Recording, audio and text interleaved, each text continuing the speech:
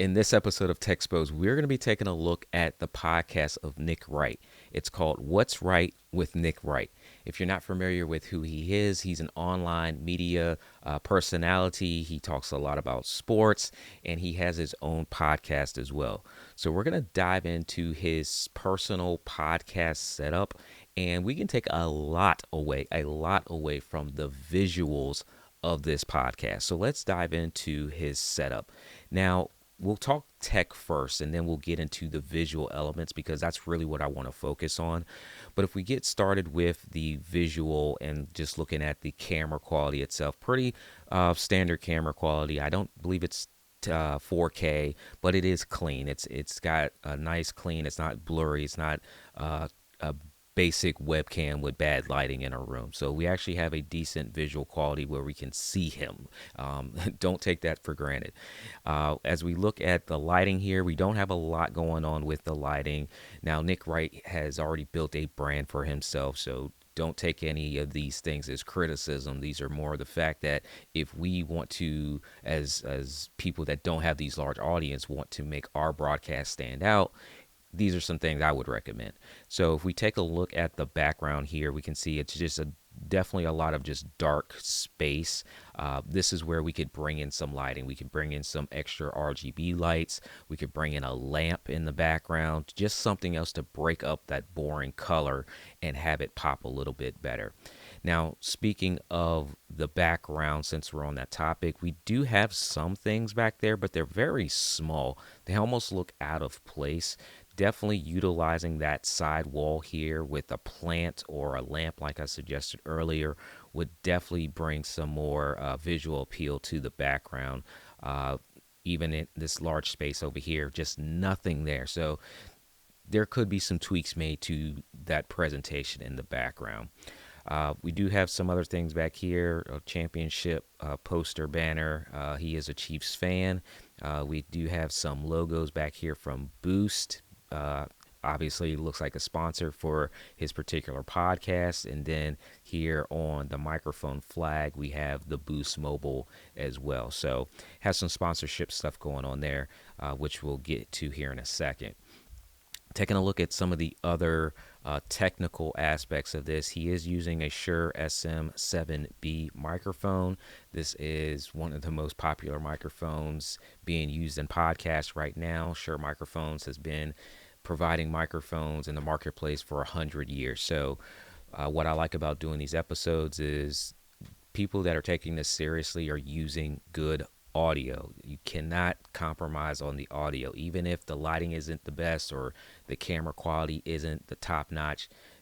Quality in that audio is pretty consistent. So the Shure SM7B is definitely leading the charge in that. And as we look and kind of complete the technical aspects, we do see this arm looks like it's being positioned up either on a boom microphone arm or a stand, because it is sitting a little higher.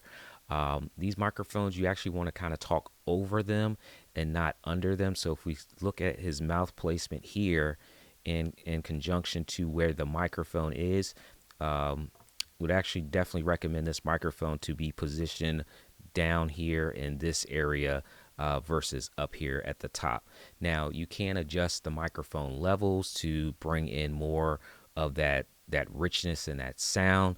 But if you don't want to do things in after processing and you want a better audio experience for your viewers, audio microphone placement is definitely something to pay attention to.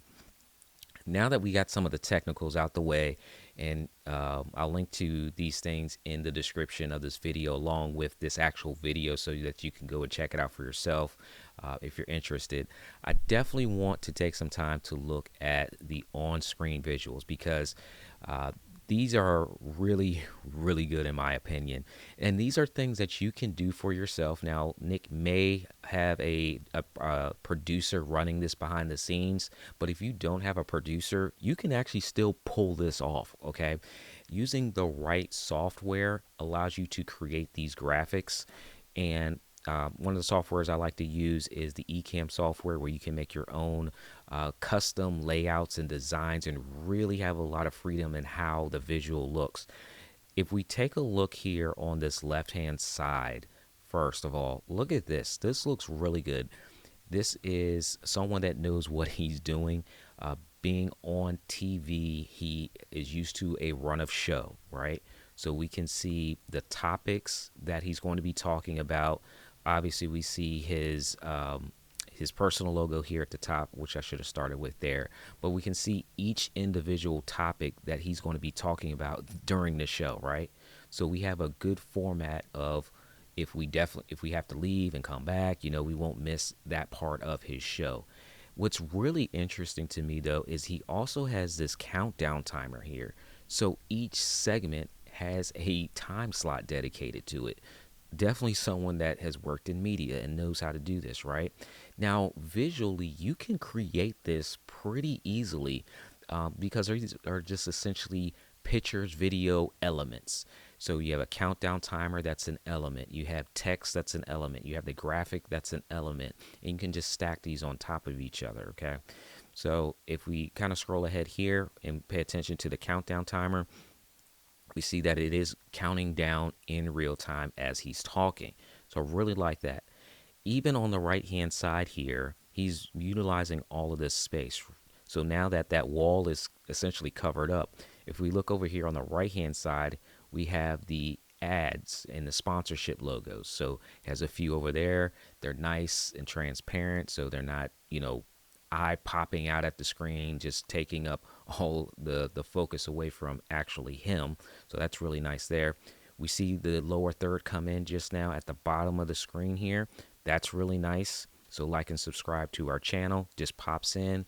Same color scheme, and it actually even fits really nicely too with the left-hand border of the text over there. So it comes in pretty seamlessly and it looks really good. So whoever designed the graphics for him did a really good job. Now we continue on here because I do want to show you a little bit more of just the basic lower third. So here's our basic lower third, taking out that left-sided visual. Again, it looks really good, really clean. The text is nice and bold and easy to read. Do not use fancy text when doing podcasts or live streams or presentations. You definitely want something that's easy for your audience to read. Really good job there as well. Now, as we take a look at his ad read here, we can see, again, pretty well done here. Rather than having the ad take up the entire space, what he did was just minimize his presentation view and have the ad around the presentation. Visually, he gives me a lot of ideas for podcast setups and the visual presentation online. As a solo podcaster, you definitely have a lot more freedom because you can really design it the way you want to.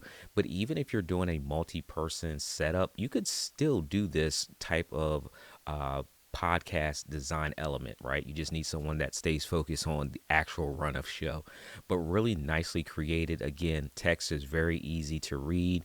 The colors pop, definitely visually pleasing to the eye, not just on a computer, but watching this on TV as well. And that's the thing that we need to definitely pay attention to as content creators is our content needs to also look good on TV. So shout out to Nick Wright and his presentation of his podcast. Things look really, really good, and it's definitely worth taking some ideas from his podcast visual setup that you can implement in your setup. So this has been another episode of Techspose.